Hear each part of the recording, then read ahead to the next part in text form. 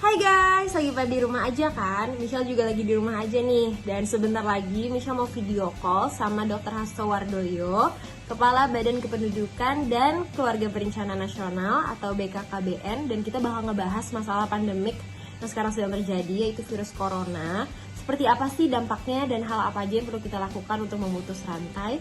Makanya, yuk kita langsung aja video call sama Dr. Hasto Wardoyo.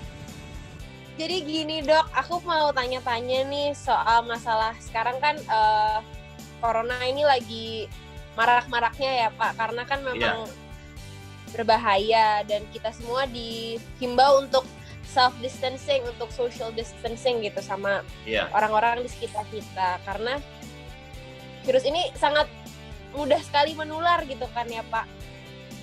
Cuman yang saya sering dengar itu katanya untuk orang muda, virus ini tuh sebenarnya nggak terlalu berpengaruh karena kita punya daya tahan tubuh yang baik untuk melawan virus ini sendiri. Tapi memang untuk orang yang udah lanjut usia lebih berbahaya.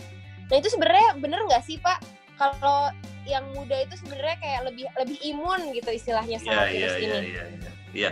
Ya pada dasarnya orang-orang muda itu memang daya tahan tubuhnya umumnya masih bagus ya. Seperti Mbak Michelle sendirilah yang masih muda, masih imunitasnya masih luar biasa karena staminanya umumnya baik gitu ya. Tetapi yang paling penting untuk diperhatikan bagi anak-anak muda ini kan bisa menjadi karier ya. Jadi dia kena virus karena jalan-jalan berkumpul-kumpul di mana-mana itu kemudian kena virus, dia sendiri tidak sakit dan dia sehat biasa. Tetapi ketika dia bersin, ternyata bisa mengeluarkan droplet kemudian mengenai orang yang katakanlah neneknya di rumah, misalkan kemudian ada anak kecil, ada orang yang katakanlah rentan lah, ada yang rentan kena. Jadi dia sehat, tetapi dia membahayakan orang lain. Ini kan lebih berbahaya sebetulnya. Makanya anak muda pun harus menjaga. Iya. Terus saya sempat baca berita juga, Pak. Katanya tuh ada kasus terbaru anak muda justru usianya juga masih 16 tahun, kasus termuda katanya yang kena corona Pak. Jadi dia itu tiba-tiba nggak ada gejala apa-apa, terus 1 minggu dia mulai batuk-batuk ringan, tiba-tiba paru-parunya udah failure gitu Pak, udah kayak gagal. Nah gitu berarti kan memang ternyata sebenarnya nggak, walaupun muda dibilang imunitasnya baik juga sebenarnya memang kita harus sekali menjaga ya Pak, karena nggak disangka-sangka pun yang muda juga ternyata bisa kena dan bahkan berakhir dengan kematian juga gitu ya Pak ya. Iya, karena kan gini ternyata ya, banyak juga anak-anak muda yang ternyata secara umum staminanya bagus, tetapi case by case itu ada anak-anak muda yang rentan, ada anak muda yang punya asma, ada juga anak muda yang punya penyakit-penyakit tertentu, ada yang infeksi TBC, ada sekarang ini banyak anak muda yang kena TBC ya. Kemudian begitu ada corona, sudah turunlah daya tahannya, kena itu. Corona kan bisa menyebabkan yang namanya pneumonia. Jadi coronanya menyerang ke paru-paru, sementara tiap hari paru-paru itu kan bisa potensi kena bakteri. Sehingga begitu kena corona, kemudian diboncengi sama bakteri gitu. Akhirnya jadilah pneumonia. Ya, akhirnya yang menyebabkan mati bukan ansih coronanya, tetapi kemudian istilahnya ikutan-ikutannya yang dokter-dokter mengatakan sebagai komorbidnya. Jadi sebetulnya anak muda itu tidak semua hebat loh, tidak semua dia punya daya tahan tubuh yang bagus ya, begitu ya. Nah sebaiknya yang kita lakukan supaya kita tuh bisa terhindar gitu, apa sih Pak begitu? Kan salah satu himbauannya adalah social dan self distancing ya sama orang-orang. Ya, ada nggak sih Pak hal-hal lain yang bisa kita lakukan gitu untuk kita supaya bisa terhindar gitu? Iya, sebetulnya kalau kita itu bisa melakukan ya social distancing, kemudian physical distancing itu sudah luar biasa. Jadi kalau social distancing kita kan memang menghindari kerumunan itu ya, itu otomatis risikonya berkurang. Jangan sampai hari gini terus pakai kendaraan umum, di dalam kendaraan umum berdesak-desakan. Hari gini masih seneng di nongkrong di pinggir jalan. Biasanya anak muda kan seneng kongko di pinggir jalan nongkrong. Itu kan sangat berisiko dan tidak ada gunanya gitu ya nongkrong itu Iya Pak. Social distance. Tapi sebetulnya juga physical distance itu penting. Karena kalau physical distance itu jangan berhadapan-hadapan itu. Jadi kalau misalkan ketemu itu kalau bisa wajahnya itu tidak saling bertatapan begitu ya.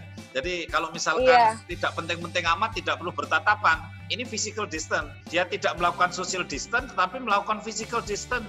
Ini kan juga berbahaya. Jadi dia tidak dengan banyak orang, tetapi setiap ketemu orang berdekatan begini ngomongnya seperti masih biasa gitu dengan jarak yang dekat itu.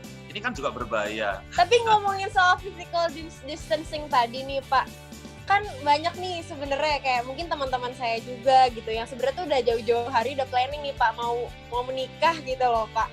Yeah. Nah terus tiba-tiba karena masalah pandemik corona ini mereka banyak yang dihimbau untuk tidak melakukan resepsi ya kan Pak, karena kan itu kan jadi satu perkumpulan banyak orang gitu, pada akhirnya jadinya harus menunda. Tapi karena mungkin memang cinta gitu, maunya tuh cepet-cepet, akhirnya mereka tetap menikah tanpa membuat resepsi. Nah terkait persiapannya nih Pak untuk yang tetap harus menikah, tetap dia ingin menikah walaupun dia nggak resepsi, itu yang harus diperhatikan apa aja sih Pak? Kalau menurut saya nih ya, saya sebagai dokter memandang bagaimana cara menularnya virus ini. Itu kan yang penting calon manten perempuan, calon yang laki-laki ini betul-betul dinyatakan atau diyakinkan bahwa dia itu tidak positif, ya tidak kena virus itu.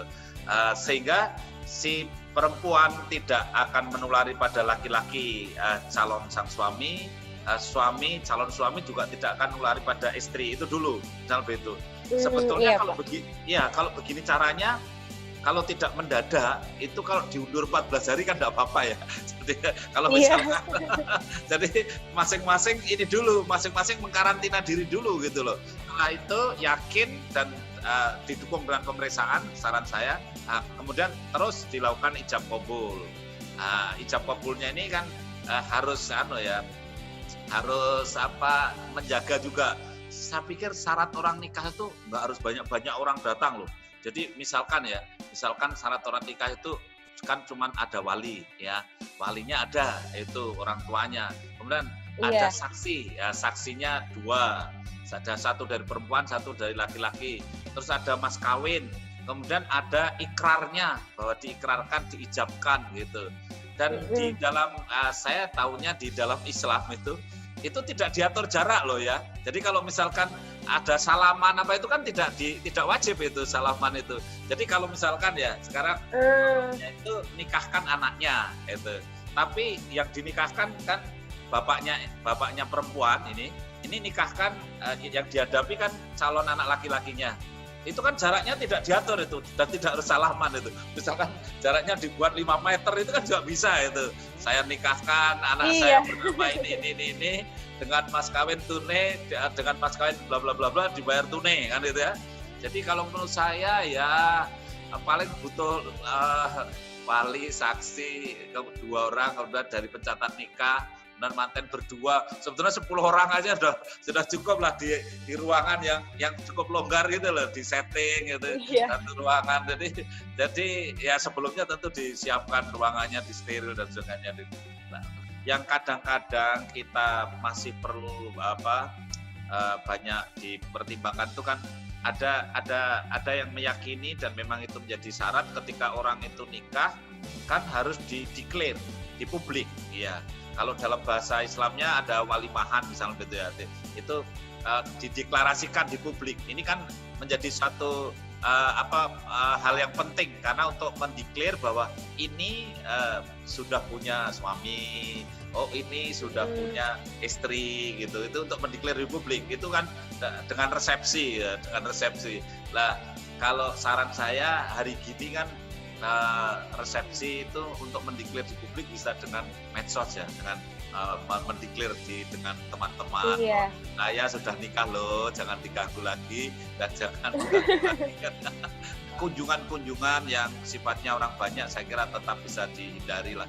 Untuk ini kan ada istilahnya keluarga baru, ada keluarga dari mempelai laki-laki, ada mempelai perempuan. Saya kira bisa menyadari lah untuk masing-masing tidak perlu banyak bersilaturahmi dulu. Lebih baik kita tahan dulu lah sampai nanti corona ini betul-betul sudah berakhir dengan baik ya. Iya, mudah-mudahan ya Pak segera selesai semuanya, kita bisa kembali beraktivitas seperti biasa. Aku terima kasih banyak, udah dikasih banyak info, jadi paham sekarang. Iya. Saya terima kasih sekali.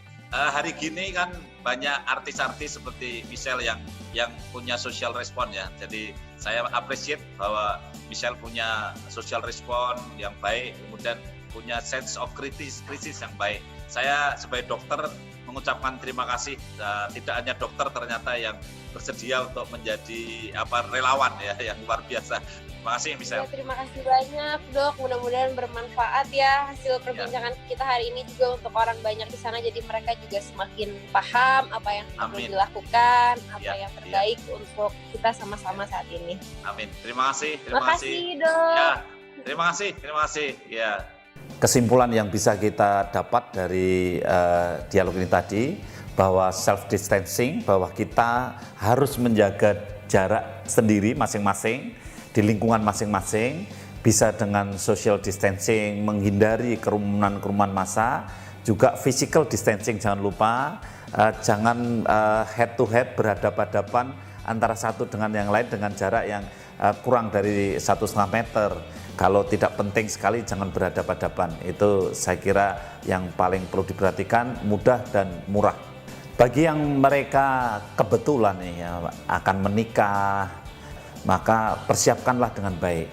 Yang pertama, calon suami dan calon istri, laki-laki perempuan ini harus menjaga diri dulu. Kalau perlu saya sarankan 14 hari diyakinkan tidak bersentuhan dengan banyak orang. Saya kira itu hal yang penting. Dan kemudian ketika melaksanakan ijab qabul itu kan tidak harus berdekat-dekatan, artinya dan orangnya tidak harus banyak.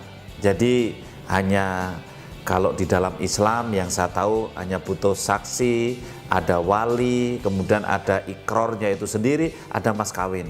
Saya kira di agama-agama yang lainnya juga hampir-hampir sama. Oleh karena itu saya sebetulnya masih memberikan rasa optimis bagi mereka yang mau nikah ini, tetapi jangan melakukan kerumunan orang banyak.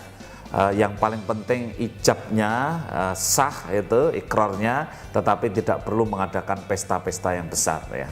Ingat harus jaga jarak sosial dan juga jaga jarak fisik ya untuk keluarga yang kita cintai. Ingat bahwa kita tentu walau jauh di mata, jauh di jarak, tapi tetap dekat di hati. Ya, mari kita lawan corona secara bersama-sama. Nah guys, gimana perbincangan aku sama Dr. Hasto tadi? Semoga bisa ngebantu kita untuk semakin memahami ya betapa pentingnya untuk melakukan social distancing dan bahkan juga physical distancing untuk mencegah penyebaran virus corona. Dan siapa bilang juga kita yang masih muda ini itu tuh kebal sama virus corona. Karena mungkin bisa aja kita ngerasa kita sehat, kita fit, mungkin imunitas kita bagus, tapi kita juga bisa jadi carrier yang bisa ngebawa penyakit ini untuk orang-orang yang kita sayangin. Dan gak mau sampai itu terjadi kan. Makanya untuk sementara waktu jaga jarak dulu, karena kan walaupun kita terpisah jarak, jauh di mata, dekat di hati. Dan untuk kalian yang juga mungkin akan melangsungkan pernikahan atau mungkin baru saja menikah, diingat ya yang tadi dibilang sama Dr. Hasto, hal-hal preventif apa aja yang bisa kalian lakukan untuk mencegah penyebaran virus ini terhadap pasangan kalian maupun keluarga kalian. Dan pesan terakhir dari Michelle, untuk kalian yang masih suka nongkrong di luar sana, nggak usah nongkrong di luar dulu ya. Kalau nggak penting-penting banget nggak usah keluar, di rumah aja demi keamanan kita semua. Aku Michelle Johan, kita jaga jarak sosial demi aku, kamu, dan keluarga kita. Kita lawan corona.